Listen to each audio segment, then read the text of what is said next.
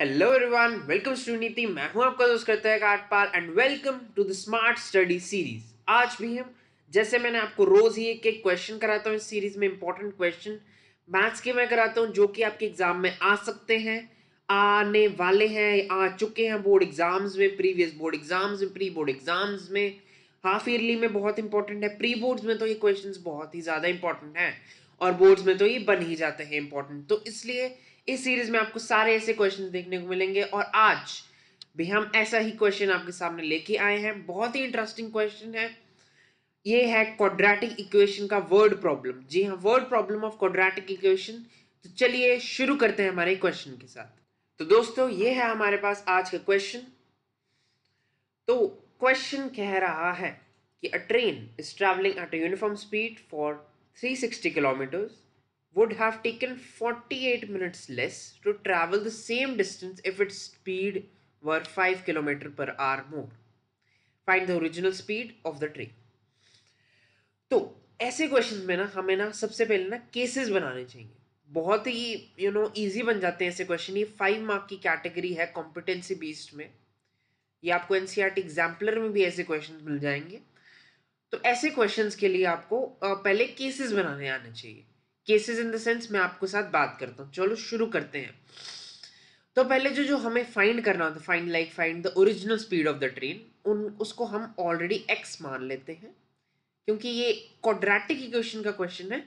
इसलिए बहुत सारे स्टूडेंट्स को एक्स और वाई भी ले लेते हैं और स्पीड को एक्स टाइम को वाई। ऐसे लेने की ज़रूरत नहीं है क्योंकि ये क्वाड्रेटिक का है, लीनियर का नहीं है, जिससे आपको माइंड में कंफ्यूजन भी हो सकती है। बट तो अगर एक ही चीज़ हमें फाइंड करने के लिए बोले, ओरिजिनल स्पीड ओनली, टाइम इसने नहीं पूछा, तो it is of quadratic equation and not of linear. तो अब जैसे मैंने आपके बस से बात की कि केसेस बनाने आने चाहिए, तो हमारे पास पहले क्या दे रखा है कि यूनिफॉर्म स्पीड फॉर 360 किलोमीटर, हमारे पास डिस्टेंस टोटल 360 किलोमीटर गिवन है। तो जो ओरिजिनल ओरिजिनल स्पीड है, ओरिजिनल टाइम है हमारे पास, वो कितना आएगा? ओरिजिनल स्पीड हमने तो एक्स ले ली और हमारे पास टाइम हमको पता है कि डिस्टेंस अपॉन स्पीड होता है। तो हमारे पास ओरिजिनल जो टाइम है वो आ जाएगा स्पीड, डिस्टेंस यानी 360 kilometre upon x, that is the speed. तो हमारे पास ओरिजिनल टाइम हमारे पास ये आ गया है। ये हमें बनाना है केस 1 में, जहाँ पे हम ओरिजिनल स्पीड और ओरिजिनल टाइम निकाल रहे हैं। फिर केस 2। अब हमारे पास क्वेश्चन क्या कहता है कि अगर 5 किलोमीटर पर आवर की स्पीड और इंक्रीज कर दी जाए तो टाइम और कम हो जाएगा। It will would have taken 48 minutes less. तो हमने यहाँ पे स्पीड लिख दी x plus 5 kilometre per hour. Time हमारे पास अगेन डिस्टेंस, डिस्टेंस हमको गिवन है 360 किलोमीटर अपॉन स्पीड। स्पीड अब यहाँ पे स्पीड ये वाली ली जाएगी, न्यू स्पीड हमारे पास जो आई है ये है हमारी न्यू स्पीड, वो यहाँ पे हमने ले ली। जिससे हमारे पास टाइम क्या है? 360 बाई एक्स प्लस 5 आवर्स। अब अकॉर्डिंग टू द क्वेश्चन, जो ये इन दोनों के टाइम का डिफरेंस होगा ना, वही दे रखा होगा मोस्ट ऑफ द टाइम्स। यही दे रखा होता है कि अगर ये और ये, इस दोनों का बीच का डिफरेंस ही ये टाइम है।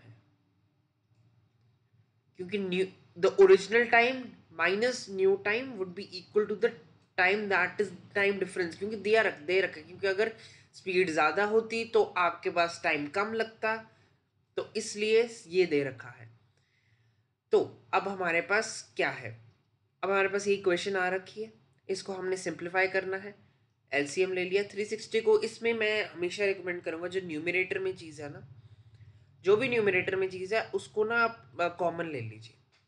अगर आप इसको कॉमन ले लेंगे ना, ये बहुत अच्छी तरह सिंप्लीफाई हो जाता है। फिर उसके बाद सिंप्लीफाई अंदर ब्रैकेट के सिंप्लीफाई करने के बाद इसको अंदर मल्टीप्लाई कर दीजिए, जिससे मैंने ये देखिए ये ऐसे आंसर निकाला है। X square plus 1800 upon x square plus 5x will be equal to 4/5। इसकी में मैंने कटिंग करके इसको 4/5 लोएस्ट फॉर्म में कन्वर्ट कर दिया है। Then we simplify it. Simplify करके हमारे पास ये इक्वेशन आ गया। अब इस इक्वेशन के ऊपर आप डिस्क्रिमिनेंट मेथड भी यूज़ कर सकते हैं, दैट इज़ रियली फाइन। अगर आपको मिडिल टर्म स्प्लिटिंग इससे आपकी हो रही है तो वो भी आप यूज़ करते हैं। अगर मिडिल टर्म आप स्प्लिट करोगे वैसे ही आएगा, x plus 50 and x minus 45, ये दो टर्म्स आपके पास बनेंगी, it will be equal to 0। ठीक है जी, ये आपके पास दो टर्म्स बनेंगी, बट अगर जब हम x प्लस 50 को 0 के इक्वल करेंगे तो x would be equal to -50 आएगा। और जैसे कि हमको पता है कि स्पीड माइनस में नहीं हो सकती, तो हम इस वैल्यू को रिजेक्ट करके इसको सिलेक्ट करेंगे। That is why the answer is 45 kilometre per hour. तो दोस्तों ये था आज का हमारा क्वेश्चन, बहुत ही इंपॉर्टेंट क्वेश्चन है, 5 मार्क की कैटेगरी का ये क्वेश्चन है। और जिससे हमें एक तो पहले हमें ये ध्यान रखना है, ऐसे टाइप के स्पीड के, डिस्टेंस के, ये बहुत क्वेश्चंस आते हैं बोर्ड में भी, प्री बोर्ड में तो टीचर्स फेवरेट क्वेश्चंस होते हैं ये सारे, फॉर क्वाड्रेटिक इक्वेशंस। तो ये आपको प्रैक्टिस करने हैं, अच्छे से प्रैक्टिस करने हैं, अपने एंड में भी प्रैक्टिस करने हैं। और इसमें हमने ये भी सीखा कि हमें केसेस बना के हमेशा प्रैक्टिस करना है, केसेस बना के ही सॉल्व होगा ये क्वेश्चन। अगर आप ऐसे करने बैठोगे तो बहुत कंफ्यूजन क्रिएट होती है, ट्रस्ट मी, मेरे साथ भी बहुत होती थी। तो आपको केसेस बनाने आने चाहिए, जो कि इस क्वेश्चन की ट्रिक थी। तो दोस्तों ये था आज का हमारा क्वेश्चन। तो आप प्लीज इसको प्रैक्टिस करिए, ये ऐसे ट्रिकी क्वेश्चन मैं आपके साथ और शेयर करता रहूंगा, आपके सामने लाता रहूंगा, हर रोज लाता रहूंगा। तो प्लीज लाइक करें, कमेंट करें, अगर आपको कोई डाउट है, कोई और टॉपिक के आपको क्वेश्चंस चाहिए अगले वीडियो में, वो भी मैं लेके आ सकता हूँ आपके साथ।